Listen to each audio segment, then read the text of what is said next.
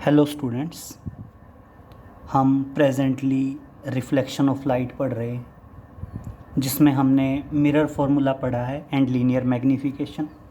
आज हम इन्हीं टॉपिक्स पे न्यूमेरिकल कैरिड आउट करेंगे, mirror formula and linear magnification. तो न्यूमेरिकल्स कैरिड आउट करने से पहले कुछ बेसिक पॉइंट्स हैं जो आपको अच्छे से क्लियर होने चाहिए। तो देखिए, सबसे पहले तो आया mirror formula, that is mirror formula. बेटा मिरर फॉर्मूला क्या है? 1/v plus 1/u is equal to 1/f। ये मिरर फॉर्मूला चाहे कॉन्वेक्स स्फेरिकल मिरर हो, चाहे कॉनकेव स्फेरिकल मिरर हो, और चाहे आपका प्लेन मिरर हो, हर एक मिरर पे एप्लीकेबल है। क्लियर? यहाँ पे v क्या होता है? डिस्टेंस ऑफ इमेज, u क्या होता है? Distance of object, and f क्या है? Focal length. और बेटा ऑब्जेक्ट का डिस्टेंस और इमेज का डिस्टेंस सारे के सारे पोल से मेजर किए जाते हैं। क्लियर? फिर एक आता है बेटा linear magnification, that is linear magnification. अब मेरी बात सुनिए, लीनियर मैग्नीफिकेशन को जनरली स्मॉल m से डिनोट करते हैं, और ये अपने आप में रेशो है। किसका रेशो है? That is size of image upon size of object. मान लीजिए h2 क्या है? साइज ऑफ इमेज है। h1 क्या है? साइज ऑफ ऑब्जेक्ट है। ये बेसिकली किसके बराबर होता है? That is -v/u। v क्या है? Distance of image, and u क्या है? Distance of object. ये बराबर हो सकता है f/f-u। क्लियर? और ये बराबर हो सकता है f-v/f। हमने सारे रिजल्ट बताए थे आपको किस तरह से आए। ये है आपके मैग्नीफिकेशन के रिजल्ट। बेटा बस हमें इन दो फॉर्मूलों की ज़रूरत पड़ने वाली है सारे के सारे न्यूमेरिकल्स कैरिड आउट करने के लिए, बशर्ते आपको कुछ बातें पता हों। आप नोट में डालेंगे, कभी भी मिरर वाले न्यूमेरिकल करने हों, मिरर वाले न्यूमेरिकल करने के लिए 5 पॉइंट क्लियर करें आप। पहला, distance of object, that is distance of object. बेटा कभी भी डिस्टेंस ऑफ ऑब्जेक्ट जो u है ना, u को हमेशा हमेशा नेगेटिव लेना है। आप हमेशा ध्यान रखेंगे, u को हमेशा क्या लिया जाएगा? नेगेटिव लिया जाएगा, साइन कन्वेंशन के लिए। चाहे आप मिरर फॉर्मूले में वैल्यू रख रहे हैं और चाहे आप लीनियर मैग्नीफिकेशन वाले फॉर्मूले में वैल्यू रख रहे हैं, हमेशा आपके डिस्टेंस ऑफ ऑब्जेक्ट की वैल्यू क्या रहेगी बेटा? नेगेटिव रहेगी। क्लियर? फिर बात करते हैं focal length and radius of curvature.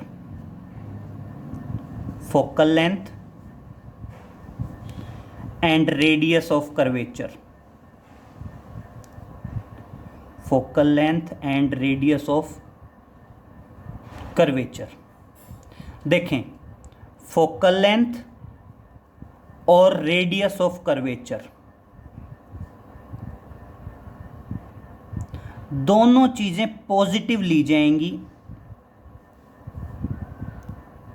For convex spherical mirror, for convex spherical mirror.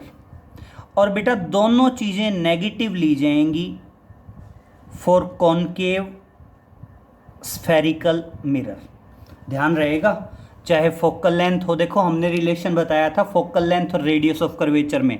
क्या था? Focal length is half of radius of curvature, या रेडियस ऑफ कर्वेचर इज, देखो ये था कि फोकल लेंथ जो है वो क्या रहेगा? Half of radius of curvature रहेगा, या रेडियस ऑफ कर्वेचर क्या रहेगा? ट्वाइस ऑफ फोकल लेंथ रहेगा। ये हमने रिलेशन आपको पहले ही बता दिया था। तो ध्यान रहे, फोकल लेंथ और आपका रेडियस ऑफ कर्वेचर दोनों पॉजिटिव लिए जाते हैं अगर कॉन्वेक्स स्फेरिकल मिरर हो, और दोनों के दोनों नेगेटिव लिए जाते हैं अगर आपका क्या हो? कॉनकेव स्फेरिकल मिरर हो। क्लियर। अब दूसरी बात सुनिए, नेक्स्ट पॉइंट आ जाता है बेटा डिस्टेंस ऑफ इमेज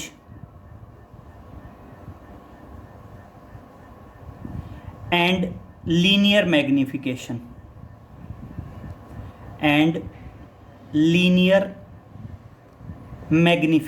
दो चीजें हो गई। डिस्टेंस ऑफ इमेज मतलब v एंड लीनियर मैग्निफिकेशन मतलब स्मॉल m। बेटा ये दोनों के दोनों पॉजिटिव लिए जाते हैं अगर आपकी वर्चुअल इमेज हो। अगर आपकी कैसी इमेज हो? वर्चुअल इमेज हो। ध्यान रहे, जब आपकी वर्चुअल इमेज होगी। और बेटा दोनों के दोनों नेगेटिव लिए जाते हैं अगर आपकी रियल इमेज होगी। अगर आपकी क्या होगी? रियल इमेज होगी तो। क्लियर। और देखो ये हम पहले ही कर चुके हैं क्लियर कि आपका जो कॉनकेव स्फेरिकल मिरर है वो कॉनकेव स्फेरिकल मिरर दोनों इमेज बना सकता है, रियल इमेज भी बना सकता है और वर्चुअल इमेज भी फॉर्म कर सकता है। क्लियर। और जो आपका कॉन्वेक्स स्फेरिकल मिरर है वो हमेशा हमेशा क्या बनाता है? वर्चुअल इमेज बनाता है। क्लियर है। अगर हम बात करें क्या है आपका कॉन्वेक्स स्फेरिकल मिरर है, कॉन्वेक्स स्फेरिकल मिरर हमेशा कैसी इमेज बनाएगा? हमेशा हमेशा आपकी वर्चुअल इमेज फॉर्म करेगा। हमेशा कौन सी इमेज फॉर्म करेगा? वर्चुअल इमेज फॉर्म करेगा। कौन? That is convex spherical mirror. Clear. ये हमने कॉन्सेप्ट क्लियर किया था। रियल इमेज क्या होगी? अगर ऑब्जेक्ट का डिस्टेंस फोकल लेंथ से ज़्यादा है तो रियल इमेज होगी, अगर ऑब्जेक्ट का डिस्टेंस फोकल लेंथ से कम है तो वर्चुअल इमेज होगी। ये 3 पॉइंट हैं, 2 इसमें है 2 इसमें है, इसलिए हमने कहा था टोटल 5 पॉइंट। अगर ये पॉइंट आपके माइंड में क्लियर हैं तो बस हमने ये फॉर्मूले अप्लाई करने हैं और न्यूमेरिकल्स कैरिड आउट होते चले जाएंगे। तो देखिए इसी पे बेस्ड हम पहला न्यूमेरिकल कैरिड आउट करते हैं। समझिए, मान लीजिए वो कह रहा है एन ऑब्जेक्ट इज हेल्ड, एक न्यूमेरिकल देखिए क्वेश्चन है an object is held, an object is held in front of a concave mirror, in front of a concave mirror। Clear हो गया बेटा? एक ऑब्जेक्ट है और कॉन्केव मिरर के सामने है, of focal length 15 centimetre, of focal length 15 centimetre. Clear. अब कहता है the image formed is 3 times the size of object. अब वो कहता है image formed is 3 times the size of object. जो इमेज फॉर्म है वो क्या है? 3 times the size of object है। अब कहता है calculate 2 possible distances of the object from the mirror. Calculate 2 possible distances, calculate 2 possible distances of the object from the mirror. देखिए बेटा बहुत सिंपल सा पॉइंट है, क्लियर करिए। बेटा सबसे पहली बात उसने क्या दिया है? कॉनकेव स्फेरिकल मिरर दिया है और इमेज क्या बताई है? 3 times the size of object. तो देखिए बात करता हूं मैं सॉल्यूशन की, आप क्या बताएंगे? सॉल्यूशन में सबसे पहले लिखेंगे image is 3 times the size of object। जो इमेज का साइज है वो 3 टाइम्स है साइज ऑफ द ऑब्जेक्ट। मतलब H2 क्या है, साइज ऑफ इमेज, H1 क्या है, साइज ऑफ ऑब्जेक्ट। तो H2 क्या है, 3 टाइम्स ऑफ H1 है, और H1 से H1 कटेगा, और इसलिए मतलब क्या हो गया, आपका लीनियर मैग्निफिकेशन दे रखा है ये, और लीनियर मैग्निफिकेशन कितना आ गया, 3 आ गया। क्लियर। अब प्रॉब्लम क्या है, उसने 2 पॉसिबल डिस्टेंसेस कैसे बोले हैं बेटा, उसने आपको क्या बोला है, कॉनकेव मिरर बोला है। और देखो इधर देखिए, हमने पहले ही कहा है कॉनकेव मिरर से रियल इमेज भी बन सकती है और वर्चुअल इमेज भी बन सकती है। उसने हमें बताया थोड़ी कि रियल इमेज है या वर्चुअल इमेज। तो आप क्या लिखोगे, now it is concave spherical mirror। now it is concave spherical mirror। therefore case 1 के अकॉर्डिंग हम क्या कहेंगे, लीनियर मैग्निफिकेशन, अगर रियल इमेज मानेंगे तो लीनियर मैग्निफिकेशन -3 लिया जाएगा। और आपका केस 2 अगर आप क्या मानेंगे, वर्चुअल इमेज मानेंगे, तो वर्चुअल इमेज मानेंगे तो लीनियर मैग्निफिकेशन की वैल्यू क्या ली जाएगी, +3 ली जाएगी। क्लियर। तो मैं एक बार तो ये कह रहा हूँ, अज्यूम कर रहा हूँ कि मान लीजिए इमेज रियल है तो मैग्निफिकेशन -3 लिया जाएगा, और अगर इमेज वर्चुअल है तो मैग्निफिकेशन +3 लिया जाएगा। और बेटा कॉनकेव स्फेरिकल मिरर है तो सोचने की जरूरत ही नहीं है। कॉनकेव स्फेरिकल मिरर का फोकल लेंथ और रेडियस ऑफ कर्वेचर दोनों के दोनों वैल्यू क्या ली जाती हैं, नेगेटिव ली जाती हैं, और -15 सेंटीमीटर लिया जाएगा दोनों केस में। क्लियर।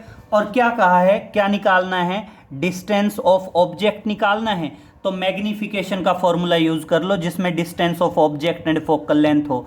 तो मैं ये फॉर्मूला यूज कर लूंगा, कौन सा, कि मैग्निफिकेशन बराबर होगा F/F-U।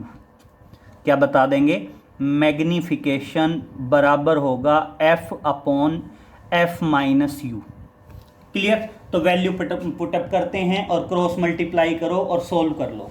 तो देखिए हम बात करते हैं magnification -3, focal length -15 upon focal length -15, और साथ में क्या आ गया, -U। क्रॉस मल्टीप्लाई करो और क्रॉस मल्टीप्लाई करके और आप क्या निकाल लो, U की वैल्यू निकाल लो। सेम यहाँ पे इस बार मैग्निफिकेशन क्या आएगा, इस बार मैग्निफिकेशन आएगा +3, दैट इज -15 अपॉन -15, और माइनस में क्या आ जाएगा, U आ जाएगा।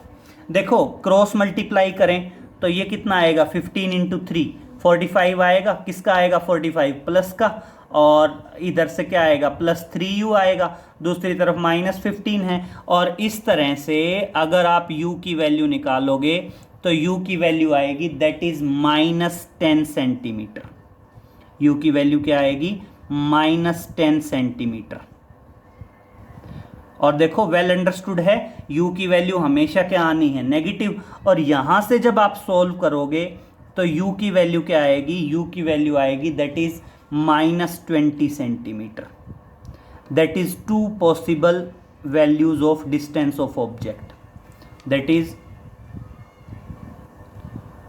2 possible distance of object, distances of object. Clear. ये क्या आ गए, 2 पॉसिबल डिस्टेंस आ गए। और किसके 2 पॉसिबल डिस्टेंस आ गए, ऑब्जेक्ट के। क्लियर हुए। तो देखो ये इन साइन कन्वेंशन के बगैर बात बनेगी नहीं। ये फॉर्मूले आपको याद हो तो आप धीरे धीरे कैरिड आउट कर सकते हो, चाहे डायरेक्ट लगाओ चाहे किसी भी तरीके से फॉर्मूला अप्लाई करो। क्लियर। नेक्स्ट पे चलते हैं। देखिए नेक्स्ट क्वेश्चन पे आते हैं।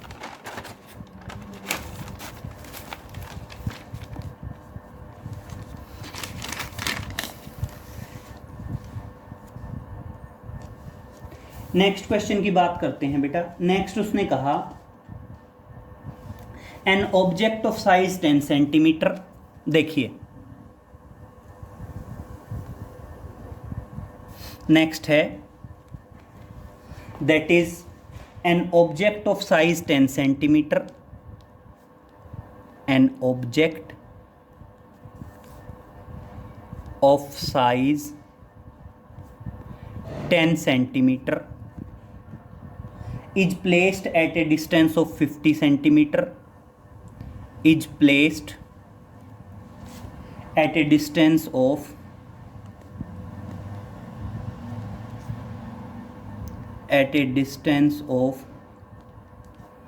50 centimeter from a concave mirror, from a concave mirror of focal length 15 centimeter, of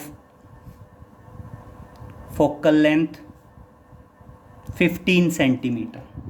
कहता है calculate location size and nature of image, calculate location, calculate location size and nature of image. तीन चीजें पूछी हैं बेटा नेचर ऑफ इमेज। क्या क्या? पहला पूछा है लोकेशन बताइए, लोकेशन इन द सेंस हमने पोजीशन ऑफ इमेज बतानी है, मतलब v की वैल्यू बतानी है। साइज ऑफ इमेज मतलब बेटा h2 की वैल्यू बतानी है। h1 साइज ऑफ ऑब्जेक्ट होता है, h2 होता है साइज ऑफ इमेज। और बेटा एक क्या बताना है, nature of image. Nature of image मतलब इमेज रियल है या वर्चुअल है। क्लियर? तो देखो हम सबसे पहले सॉल्यूशन की बात करते हैं। सॉल्यूशन में हम सबसे पहले कहेंगे now it is concave spherical mirror, now it is concave spherical mirror. कौन सा मिरर है बेटा? कॉनकेव स्फेरिकल मिरर है। इसलिए आपको जो फोकल लेंथ दी है वो फोकल लेंथ क्या आ जाएगी? -15 सेंटीमीटर आएगी बेटा। फोकल लेंथ गिवन है और क्या आएगी? -15 सेंटीमीटर। मैंने आपको साइन कन्वेंशन में बताया था, 2 पॉइंट बताए थे। क्या बताया था कि अगर रेडियस ऑफ कर्वेचर और फोकल लेंथ दोनों नेगेटिव होंगे अगर आपका कॉनकेव स्फेरिकल मिरर हुआ तो, और पॉजिटिव होंगे अगर आपका कॉन्वेक्स स्फेरिकल मिरर हुआ तो। क्लियर? और यहाँ कौन सा है? कॉनकेव स्फेरिकल मिरर है। कॉनकेव स्फेरिकल मिरर है इसलिए क्या आ गया? नेगेटिव। फिर बेटा आपका distance of object, distance of object मैंने बताया था चाहे कुछ भी हो 100% क्या लेना है? नेगेटिव लेना है। u की वैल्यू हमेशा हमेशा नेगेटिव ली जानी है, चाहे कॉन्वेक्स हो या कॉनकेव हो, कोई फ़र्क नहीं पड़ता। और बेटा साइज ऑफ इमेज जो है h1, साइज ऑफ इमेज तो पॉजिटिव ही लेके चलते हैं 10 सेंटीमीटर। पॉजिटिव कैसे लेके चलते हैं? सुनिए, मान लीजिए कॉनकेव स्फेरिकल मिरर है, ऑब्जेक्ट जनरली ऐसे होता है ए बी, और मैंने आपको बताया था साइन कन्वेंशन में distance about the principal axis are taken to be positive. ये तीन चीज़ें उसने हमें दी हैं बेटा। सबसे पहले आप क्या करोगे? मिरर फॉर्मूला लगाओगे। मिरर फॉर्मूला क्या बताओगे?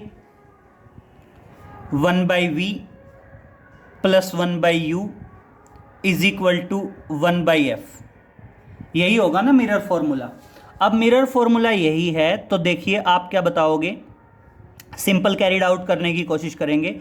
1/v - 1/50 that is equal to -1/15। यही हुआ ना? तो सॉल्व करते हैं। 1/v इज इक्वल टू -1/15 और +1/50। यही हुआ ना बेटा? एक 15 है और एक क्या है? 50। क्लियर? और अब यहाँ से अगर मैं 1/v की वैल्यू करूँ तो मेरे को यहाँ पे एलसीएम लेना पड़ेगा बेटा। और एलसीएम अगर मैं 50 और 15 का मतलब एलसीएम लूँ तो 50 और 15 का एलसीएम कितना आ जाएगा? आई थिंक 150 होगा।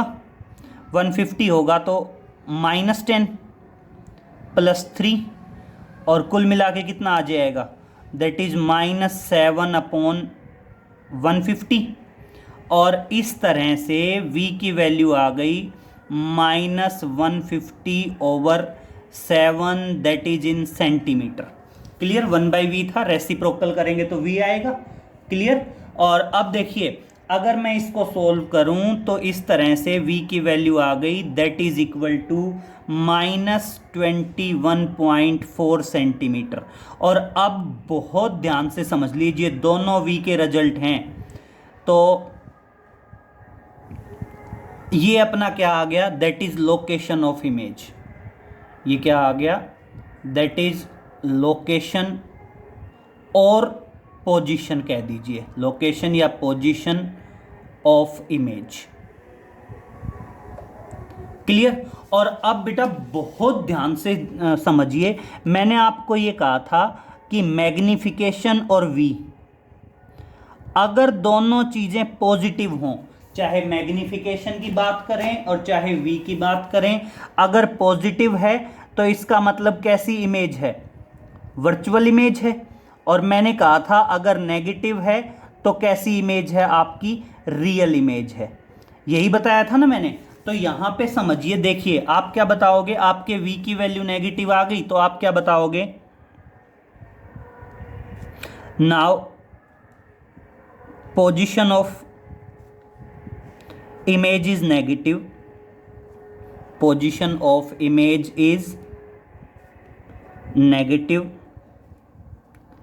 हैंस इमेज इज वर्चुअल या रियल।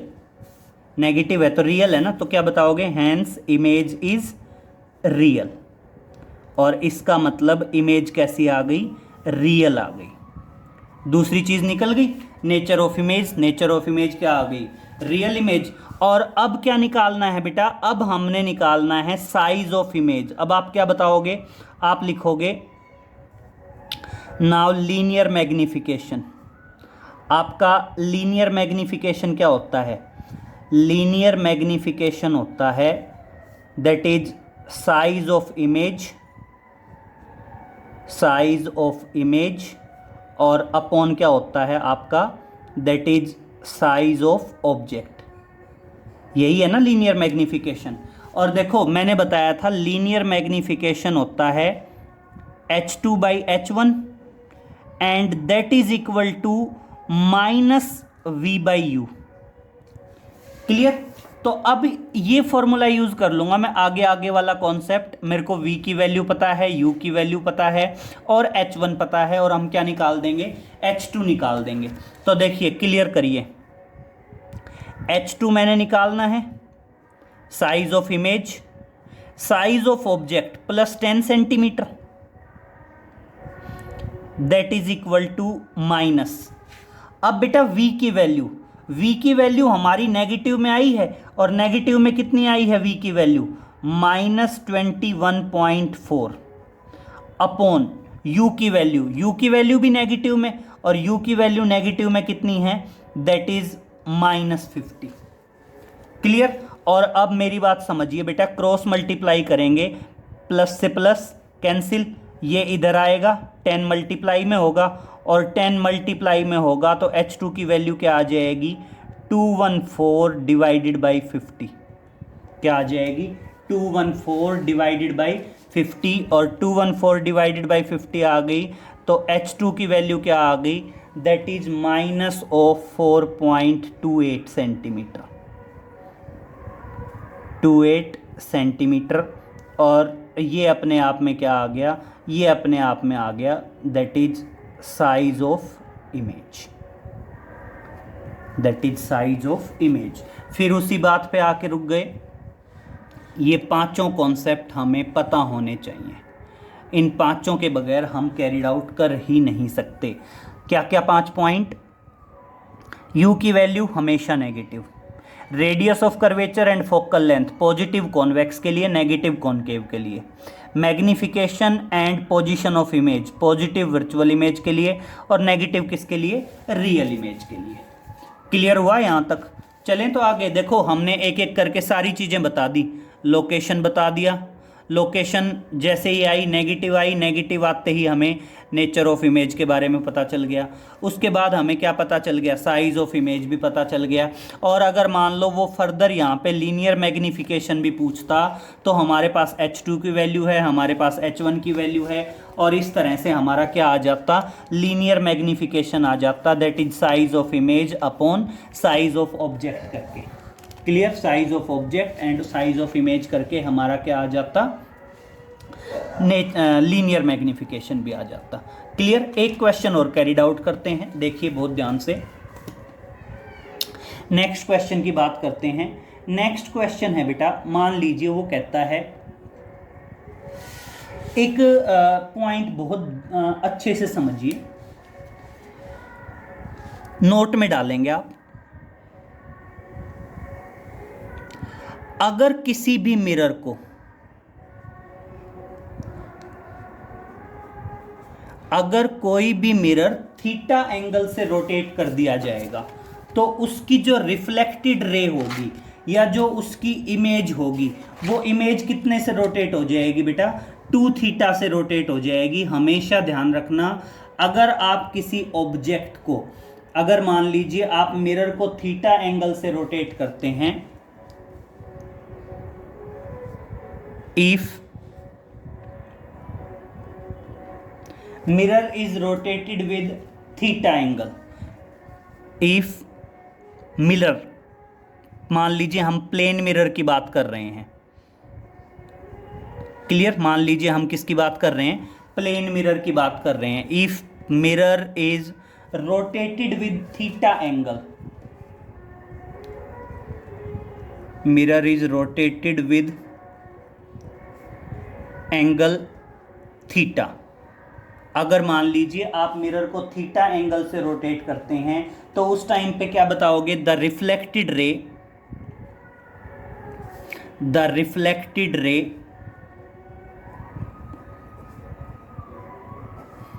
Rotated with 2 theta. हमेशा ध्यान रखें, अगर आपने मिरर को थीटा एंगल से रोटेट किया तो आपकी जो रिफ्लेक्टेड रे है वो रिफ्लेक्टेड रे कितने एंगल से रोटेट हो जाएगी, 2 थीटा से रोटेट हो जाएगी। इससे रिलेटेड कई बार क्वेश्चन आ जाता है सिंपल।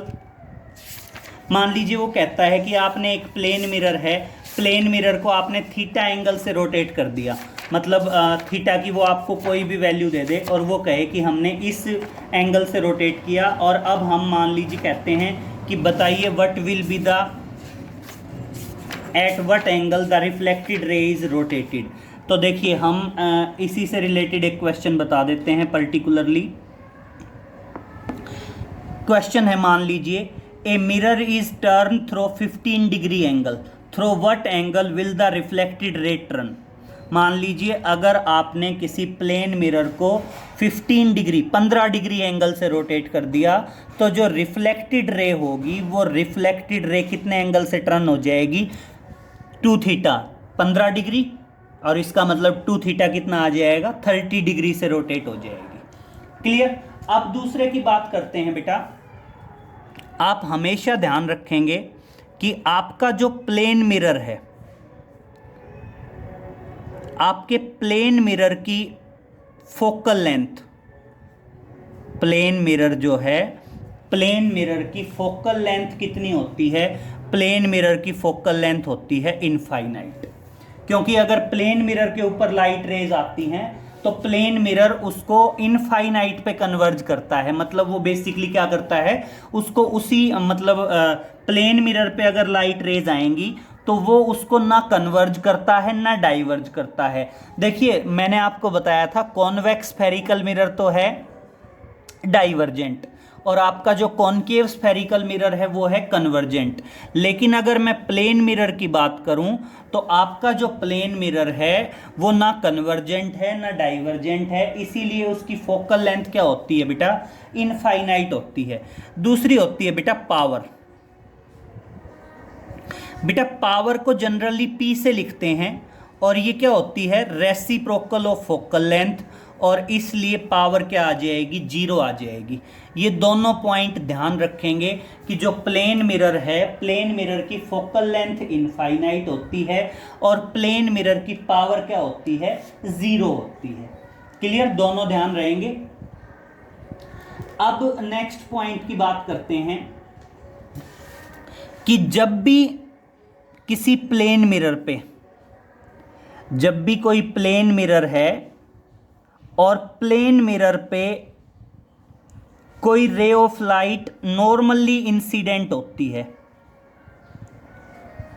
प्लेन मिरर है और प्लेन मिरर पे कोई ray of light normally incident होती है, तो वो रे ऑफ लाइट अपना पाथ क्या करेगी बेटा, रिट्रैक्ट करेगी। क्यों रिट्रैक्ट करेगी, क्योंकि बेटा इस कंडीशन में एंगल ऑफ इंसिडेंस और एंगल ऑफ रिफ्लेक्शन दोनों के दोनों क्या हो जाएंगे, 0 हो जाएंगे।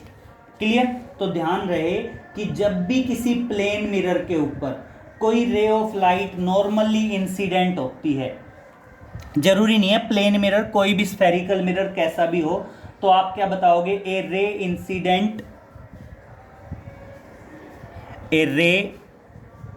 Incident normally on a mirror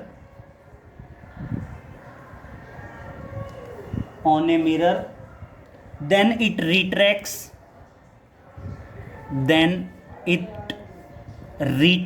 तो उस टाइम पे ये क्या करती है बेटा, रिट्रैक्स करती है, then it retracts